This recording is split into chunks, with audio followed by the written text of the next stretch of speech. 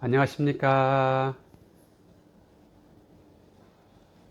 굿바디 재활 원장 신효성입니다. 오늘은 50견 스트레칭 운동에 대한 주의사항과 그 50견을 단계별로 운동하는 운동 단계에 대해서 제가 30년간 물리치료사로서 병원에서 많은 어깨 통증 환자를 치료하면서 갖게 된 노하우를 지금 이 시간 여러분들과 함께 공유하고자 합니다. 자, 첫 번째 주의사항 세 가지입니다. 자, 첫 번째 주의사항은 저항 운동은 나중에 하시기 바랍니다. 어깨 아프신 분들이, 특히 남성분들이 어깨가 아프면 이것을 50견인데도 불구하고 이겨내기 위해서 이와 같은 근력 저항 운동을 하신다거나 이와 같은 밴드로 늘리고 당기고 당기고 돌리고 하는 밴드 운동을 많이 하시고 오시는 분들이 굉장히 많은데요. 50견은 이와 같이 먼저 근력 운동을 하면 안 되는 이유를 설명을 드리도록 하겠습니다. 50견은 관절 간격이 좁아져 있는 상태에서 가동 범위가 제한되어 있는, 말 그대로 동결견, 구축되어 있는 관절 상태입니다. 자, 이런 관절 상태에서 통증도 있고 가동 범위도 제한이 되어 있는데, 우선 첫 번째로 가동 범위를 정상각으로 만들어가는 게 굉장히 중요한데요. 그런데 이와 같이 저항 운동을 반복적으로 또 통증을 이겨내기 위해서 늘리는 줄로 운동을 하게 되면 근육이 긴장이 되고 근섬유가 굵어지고 근긴장도가 증가되면 오히려 관절을 움직임에 방해를 주게 됩니다. 그래서 아픈 좁아져 있는 간격에 긴장도가 증가되기 때문에 가동 범위를 확보하기가 더 어렵습니다.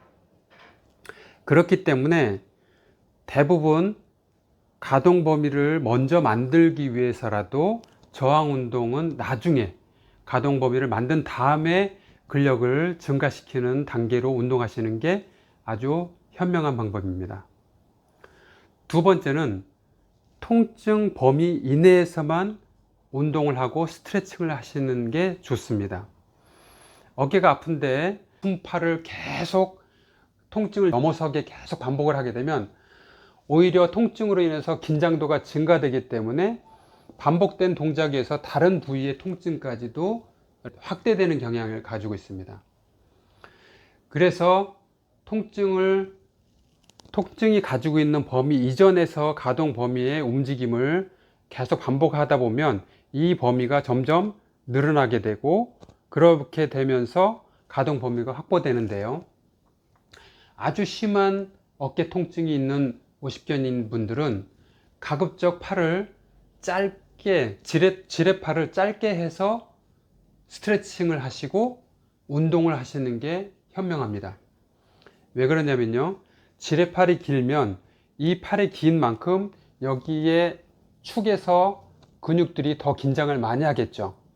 예를 들어서 제가 여기까지 제 손이 닿는다고 칠게요. 여기까지 가는데 통증은 없는데 여기서부터 더 올라가면 통증이 있어요. 그러면 여기로 갈 때 통증이 있는 범위까지 이렇게 갈 때 이렇게 들면은 긴장하기 때문에 통증이 이미 발생이 될 수가 있습니다. 그런데 제가 여기까지 가기 위해서 팔을 먼저 접어서 이렇게 뻗어주면 훨씬 통증을 느끼지 않고 내가 원하는 가동 범위까지의 움직임을 쉽게 할 수가 있습니다. 회전하는 것도 마찬가지예요. 자, 어깨가 아픈데 팔을 이렇게 회전을 한다고 칠 때, 이렇게 회전한다고 칠 때, 자, 이렇게 돌아갈 때 아프잖아요. 근데 이렇게 돌리는 것보다 접어서 이렇게 돌리면 훨씬 더 어깨 관절에서는 동작은 작아 보이지만 관절 내에서는 훨씬 더 회전이 크게 일어납니다. 그리고 통증도 팔을 뻗어서 움직이지 않기 때문에 근육의 활동도 줄여주는 만큼 훨씬 움직임을 더 크게 가져가기가 유리합니다.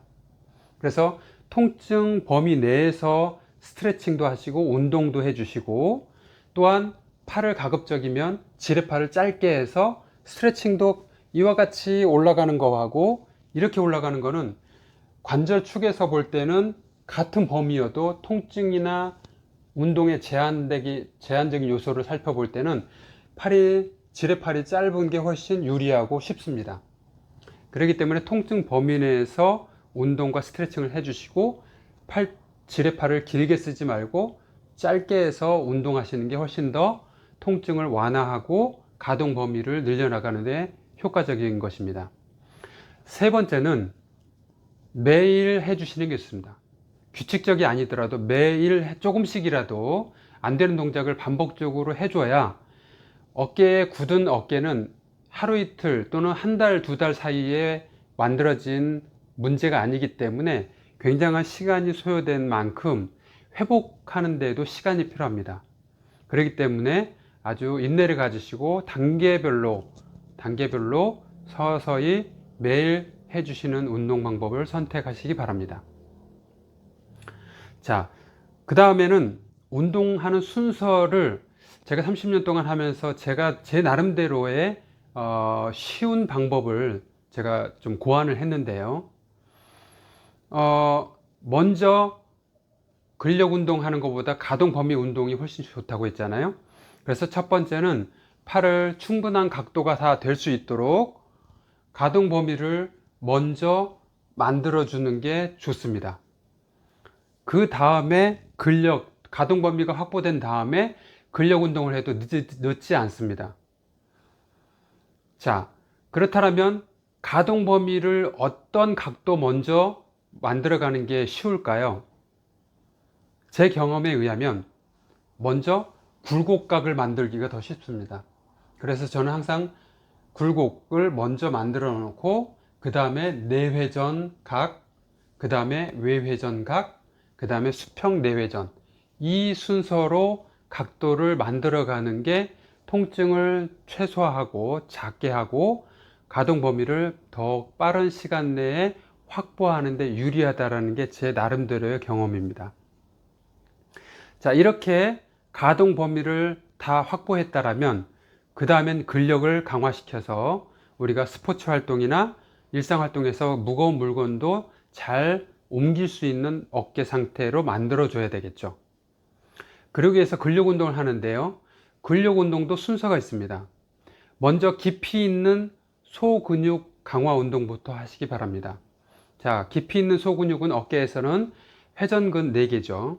극상근, 극하근, 견갑하근, 소원근, 이 근육을 강화시키를 먼저 해준 다음, 그 다음에 삼각근, 이두근, 삼두근, 대흉근, 할배근, 이와 같은 근육들을 나중에 해주신다면 훨씬 어깨의 부상이나 통증을 최소화한 상태에서 근력을 보다 빠르게 잘 단계별로 확보해 나갈 수 있는 것입니다.